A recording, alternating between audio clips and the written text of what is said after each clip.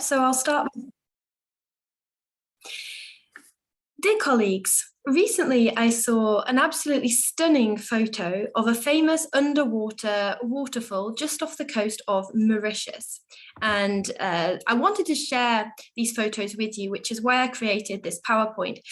Part of it is because I wanted to explain why I've been so inspired by this concept of underwater waterfalls and underwater volcanoes. And that is because they're simply incredible. They're an incredible characteristic of nature. So here you see this underwater waterfall just off the coast of Mauritius. Now it almost looks like an optical illusion. It looks very strange. And you have to look at it for several seconds to figure out what it really is. It basically looks like this entire island is going to be sucked down a big marine drain. But no, this is just an illusion. It might look real and you'd be forgiven for thinking it was real, but it's not actually real. So no, the island isn't getting sucked underneath, and you wouldn't get sucked underneath if you were to swim in this part of the sea. What it actually is water falling into, or rather, it's not actually water falling into the unknown. It looks like the water is falling into this big gulf, but that's not actually the case. What it is these sand and silt sediments, which are in perpetual movement, perpetual motion, and that's why it looks like an underwater waterfall.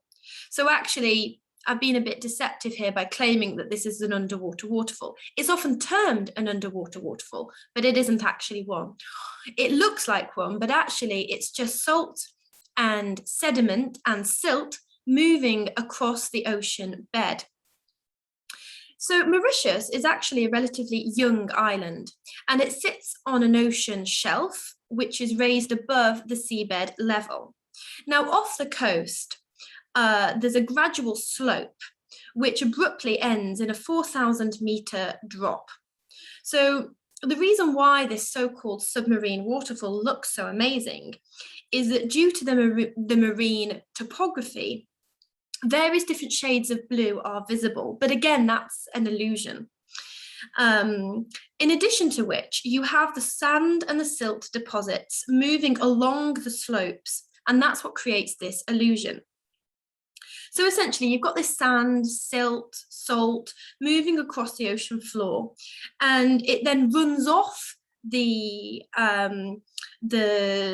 ocean shelf, which makes it look like all of it's pouring down a drain. So I'm going to show you another picture. I hope you can see that one. And actually, I think this one's a bit more impressive, actually. So I did some research into underwater waterfalls and underwater volcanoes. And actually, these are an incredible force of nature.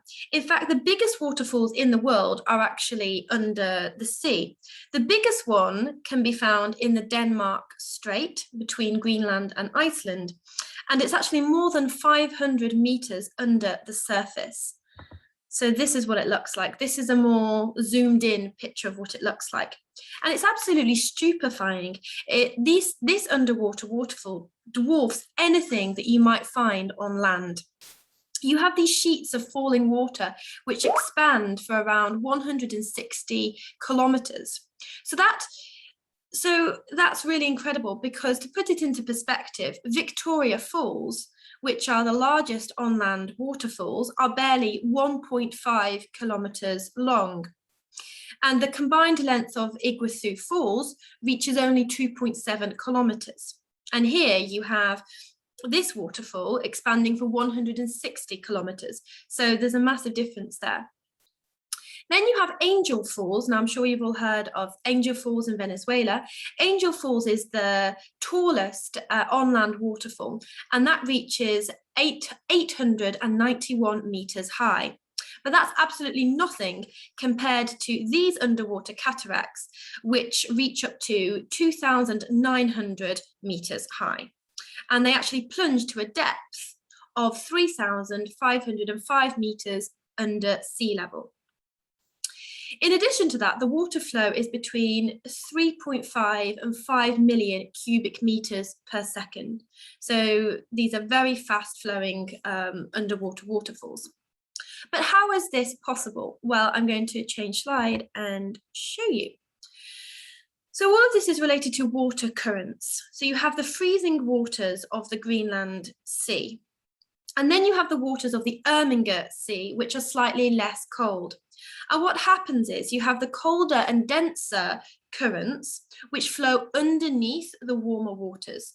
So the cold water flows beneath the rocks and the ledges of the ocean floor, as you can see in the picture. And then you have the warmer currents, which flow on top. And that means that the colder currents flow in a downward direction, which gives way to an epic underwater cascade. So we've spoken a bit about underwater waterfalls, but what about underwater volcanoes? Well, underwater volcanoes are even more incredible. And I'm just going to show you one picture, one example. Underwater volcanoes are actually responsible for 3/4 of all volcanic activity in the world, basically. So I'm just going to give you a few facts about them, and then I'm going to explain how they work, how they erupt, basically. So underwater volcanoes are essentially underwater vents in the Earth's surface. So you get these gaps in the Earth's surface, and these gaps are located near areas of tectonic plate formation. They're what's called mid-ocean ridges. I didn't know any of this before I did the research, by the way. And these underwater volcanoes emit magma. The presence of the tectonic plates is really important, because without the presence of the tectonic plates to support the ocean floor, the floor then caves in, the ocean floor caves in under the weight of the sea. And that creates a trench, which I will show you here. It creates a trench which brings millions of gallons of seawater into it. So the tectonic plate formation is really essential, because if you don't have it, you have these trenches which are created, which just suck in millions of gallons of water. And then from that trench arises a growing mound of rock. And then that rock spews up from beneath the plates, from beneath the vents in the Earth's crust. So then what happens is you have the molten rock. I'm going to show you this way. So then you have the molten rock, which quickly cools upon contact with the seawater. On the sea floor, you have these rift zones, and you can see it at the top of the diagram here. So on the seafloor, you have these rift zones, and these are the places where the tectonic plates are constantly moving away from each other. And sometimes they move away or rub against each other very rapidly. With normal volcanoes, with all volcanoes essentially, the boundaries of the Earth's tectonic plates allow the superheated molten rock, which is called magma, along with ash and gases, to rise through the Earth's crust and then emerge. And it's basically the same with underwater volcanoes. So here you have the magma reaching the level of the sea floor, and then it meets the cold ocean water, which then makes it cool to form basaltic rock. And I'll show you a picture of this basaltic rock here. So it cools, the magma reaches the level of the sea floor, it meets the cold ocean water, it cools, it forms this basaltic rock, which is called pillow lava. And you can see it kind of looks a bit like a pillow. I don't think it looks like a pillow too much. In any case, it doesn't look like any pillow I've ever slept on, but anyway, they call it pillow lava. And the pillow lava actually forms a lot of the oceanic crust. So what's also really interesting about underwater volcanoes is they create these very unique habitats. These unique habitats are called seamounts. And I will show you a picture of the seamounts. That's a graph, but this is actually a better picture. This is actually a picture of a Mediterranean seamount. So seamounts are these very unique habitats and ecosystems, and they are to be found in areas of volcanic activity underneath the sea level. And they're places of very high biological diversity. So what happens is that the shape of the volcano deflects the food carrying currents upwards, which then attracts a variety of fauna and flora. It attracts a lot of crustaceans and a lot of fish as well, because you have these currents which carry food. They're no longer going upwards, they're deflected, so then there's a lot of food, so then you get fish and other animals coming to the bottom of the seabed to seek this food. What about eruptions? Well, you need a catalyst for an eruption to occur. Eruptions occur essentially when you have molten rock, which is forming continuously. So the molten rock just keeps on forming, it just keeps on being created until the tectonic plates shift. And when the tectonic plates shift, they cut off the flow of magma from the Earth's mantle. So then you might get sudden changes in temperature, for example, suddenly very cold temperatures. And those sudden changes in temperature lead to a magma buildup, because basically it speeds the cooling of the magma. So the magma cools much more quickly than it's meant to. And then you have the magma building up inside the vent of the seabed. So the pressure grows, and as the pressure grows, it blasts through the rock blockage. Alternatively, it cannot blast its way through. If it doesn't blast its way through, it will just build up over months or even years until the pressure breaks through the side of the volcano. And if the pressure breaks through the side of the volcano, it usually blasts the entire top of the volcano right off. And that's really dangerous, because if the volcano explodes from the side and the whole top of the volcano explodes, what you'll have is this boiling cauldron, and all of the fish, all of the living creatures will then die, because the temperature will just be too hot and the water will literally be boiling like a kettle.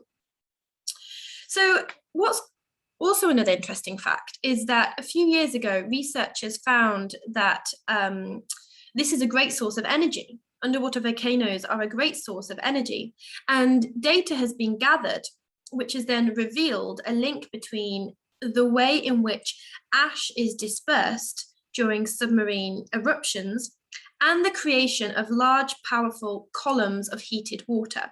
So these columns of heated water rise from the ocean floor, and they're known as megaplumes. I don't think I have a picture of them actually, but this picture sort of illustrates it. So you have these megaplumes which rise up from the ocean floor, and these megaplumes carry hot, chemical-rich water and volcanic ash with them. They carry these substances outwards from the volcano. And recently, researchers have been using a newly developed mathematical model. Basically, they've used historical underwater eruption patterns to reconstruct the dynamics of these megaplumes. And the idea is that then you could then calculate the rate of energy required to carry the ash to certain distances. So basically what you would then have is these reservoirs of hot fluids within the Earth's crust being used to supply people with electricity and energy, essentially. So perhaps in the future, these hot fluids within the Earth's crust could then be captured and converted into renewable sources of energy. So that's the end of the speech, and I think I probably made you suffer for long enough. So apologies for that, and yeah, hope you kind of enjoyed it. Thanks. Thank you for listening.